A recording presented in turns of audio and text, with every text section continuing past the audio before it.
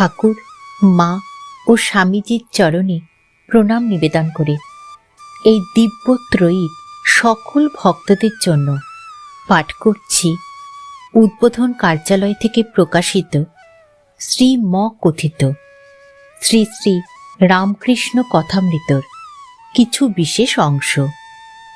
আজ পাঠ করব কলিকাতায় শ্রী ঈশ্বরচন্দ্র বিদ্যাসাগরের সঙ্গে শ্রী রামকৃষ্ণের মিলন পর্বের দ্বিতীয় পরিচ্ছেদ, বিদ্যাসাগর।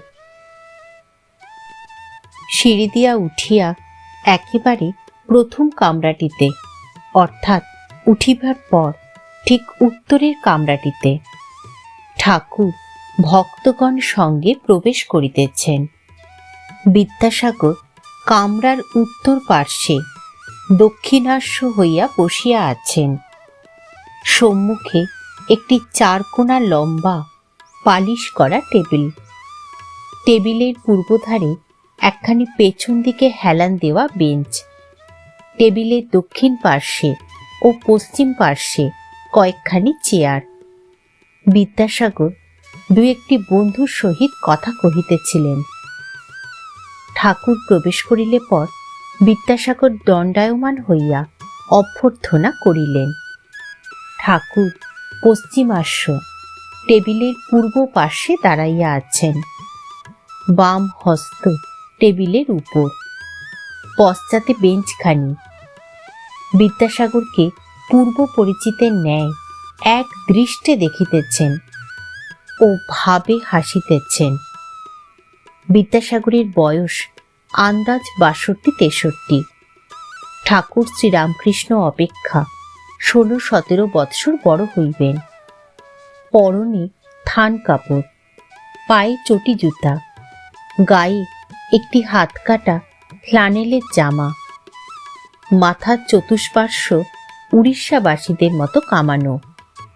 কথা কহিবার সময় দাঁতগুলি উজ্জ্বল দেখিতে পাওয়া যায়, দাঁতগুলি সমস্ত বাঁধানো।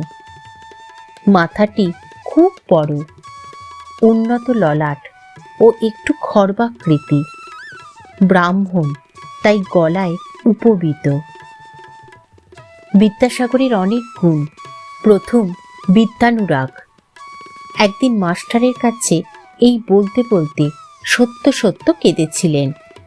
আমার তো খুব ইচ্ছা ছিল যে পড়াশোনা করি, কিন্তু কইটা হলো, সংসারে পড়ে কিছুই সময় পেলাম না। দ্বিতীয়, দয়া সর্বজীবে। বিদ্যাসাগর দয়ার সাগর। বাছুরেরা মায়ের দুধ পায় না দেখিয়া নিজে কয়েক বৎসর ধরিয়া দুধ খাওয়া বন্ধ করিয়াছিলেন। শেষে শরীর অতিশয় অসুস্থ হওয়াতে অনেকদিন পরে আবার ধরিয়াছিলেন। গাড়িতে চড়িতেন না, ঘোড়া নিজের কষ্ট বলিতে পারে না। একদিন দেখিলেন একটি মুটে কলেরা রোগে আক্রান্ত হইয়া রাস্তায় পড়িয়া আছে, কাছে ঝাঁকাটা পড়িয়া আছে। দেখিয়া নিজে কোলে করিয়া তাহাকে বাড়িতে আনিলেন ও সেবা করিতে লাগিলেন। তৃতীয়, স্বাধীনতা প্রিয়তা। কর্তৃপক্ষদের সঙ্গে একমত না হওয়াতে সংস্কৃত কলেজের প্রধান অধ্যক্ষের কাজ ছাড়িয়া দিলেন। চতুর্থ, লোকাপেক্ষা করিতেন না। একটি শিক্ষককে ভালোবাসিতেন। তাহার কন্যার বিবাহের সময় নিজে আইবুড়ো ভাতের কাপড় বগলে করে এসে উপস্থিত।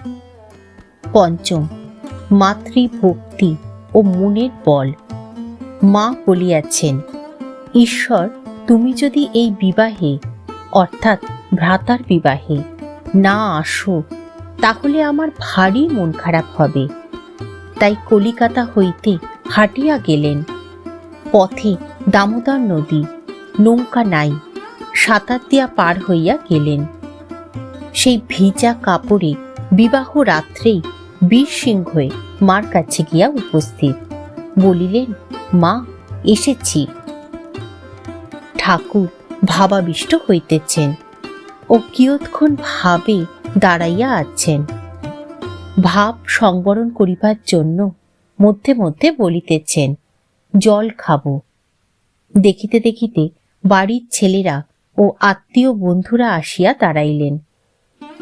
ঠাকুর ভাবাবিষ্ট হইয়া বেঞ্চের উপর বসিতেছেন।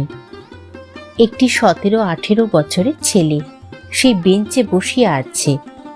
বিদ্যাসাগরের কাছে পড়াশোনার সাহায্য প্রার্থনা করিতে আসিয়াছে। ঠাকুর ভাবাবিষ্ট, ঋষির অন্তর্দৃষ্টি, ছেলের অন্তরের ভাব সব বুঝিয়াছেন। একটু সরিয়া বসিলেন ও ভাবে বলিতেছেন, মা, এ ছেলে বড় সংসারাসক্তি। তোমার অবিদ্যার সংসার, এ অবিদ্যার ছেলে। যে ব্যক্তি ব্রহ্মবিদ্যার জন্য ব্যাকুল নয়, শুধু অর্থকরী বিদ্যা উপার্জন তাহার পক্ষে বিড়ম্বনা মাত্র। এই কথা কি ঠাকুর বলিতেছেন? বিদ্যাসাগর ব্যস্ত হইয়া একজনকে জল আনিতে বলিলেন ও মাস্টারকে জিজ্ঞাসা করিতেছেন, কিছু খাবার আনিলে ইনি খাবেন কি? তিনি বলিলেন, আজ্ঞা, আনুন না। বিদ্যাসাগর ব্যস্ত হইয়া ভিতরে গিয়া কতকগুলি মিঠাই আনিলেন ও বলিলেন, এগুলি বর্ধমান থেকে এসেছে। ঠাকুরকে কিছু খাইতে দেওয়া হইল। হাজরা ও ভবনাথও কিছু পাইলেন। মাস্টারকে দিতে আসিলে পর বিদ্যাসাগর বলিলেন, ও ঘরের ছেলে, ওর জন্য আটকাচ্ছে না। ঠাকুর একটি ভক্ত ছেলের কথা বিদ্যাসাগরকে বলিতেছেন। সে ছোকরাটি এখানে ঠাকুরের সম্মুখে বসেছিল। ঠাকুর বলিলেন, এ ছেলেটি বেশ সৎ আর অন্তঃসার, যেমন ফল্গু নদী, উপরে বালি, একটু খুললেই ভিতরে জল বইছে দেখা যায়। মিষ্টি মুখের পর ঠাকুর সহাস্যে বিদ্যাসাগরের সঙ্গে কথা কহিতেছেন। দেখিতে দেখিতে একঘর লোক হইয়াছে, কেহ উপবিষ্ট, কেহ দাঁড়াইয়া। শ্রীরামকৃষ্ণ, আজ সাগরে এসে মিললাম। এতদিন খাল, বিল, হদ্দ, নদী দেখেছি, এইবার সাগর দেখছি। সকলের হাস্য। বিদ্যাসাগর সহাস্যে, তবে নোনা জল খানিকটা নিয়ে যান। হাস্য। শ্রীরামকৃষ্ণ, না গো, নোনা জল কেন? তুমি তো অবিদ্যার সাগর নও, তুমি যে বিদ্যার সাগর। সকলের হাস্য। তুমি ক্ষীর সমুদ্র। সকলের হাস্য। বিদ্যাসাগর, তা বলতে পারেন বটে। বিদ্যাসাগর চুপ করিয়া রহিলেন। ঠাকুর কথা কহিতেছেন, তোমার কর্ম সাত্ত্বিক কর্ম। সত্যে রজ, সত্যগুণ থেকে দয়া হয়। দয়ার জন্য যে কর্ম করা যায় সে রাজসিক কর্ম বটে, কিন্তু এই রজগুণ, সত্যে রজগুণ, এতে দোষ নাই। সুখদেবাদি লোকশিক্ষার জন্য দয়া রেখেছিলেন, ঈশ্বর বিষয় শিক্ষা দিবার জন্য। তুমি বিদ্যাদান, অন্নদান করছ, এও ভালো। নিষ্কাম করতে পারলেই এতে ভগবান লাভ হয়। কেউ করে নামের জন্য, পুণ্যের জন্য, তাদের কর্ম নিষ্কাম নয়। আর সিদ্ধ তো তুমি আছোই। বিদ্যাসাগর, মহাশয়, কেমন করে? শ্রীরামকৃষ্ণ সহাস্যে, আলু পটল সিদ্ধ হলে তো নরম হয়, তা তুমি তো খুব নরম, তোমার অত দয়া। হাস্য। বিদ্যাসাগর সহাস্যে, কলাই বাটা সিদ্ধ তো শক্তই হয়। সকলের হাস্য। শ্রীরামকৃষ্ণ, তুমি তা নও গো, শুধু পণ্ডিতগুলো দরকচা পড়া, না এদিক না ওদিক। শকুনি খুব উঁচুতে উঠে, তার নজর ভাগাড়ে। যারা শুধু পণ্ডিত, শুনতেই পণ্ডিত, কিন্তু তাদের কামিনী কাঞ্চনে আসক্তি। শকুনির মতো পচা মরা খুঁজছে। আসক্তি অবিদ্যা সংসারে। দয়া, ভক্তি, বৈরাগ্য বিদ্যার ঐশ্বর্য। বিদ্যাসাগর চুপ করিয়া শুনিতেছেন।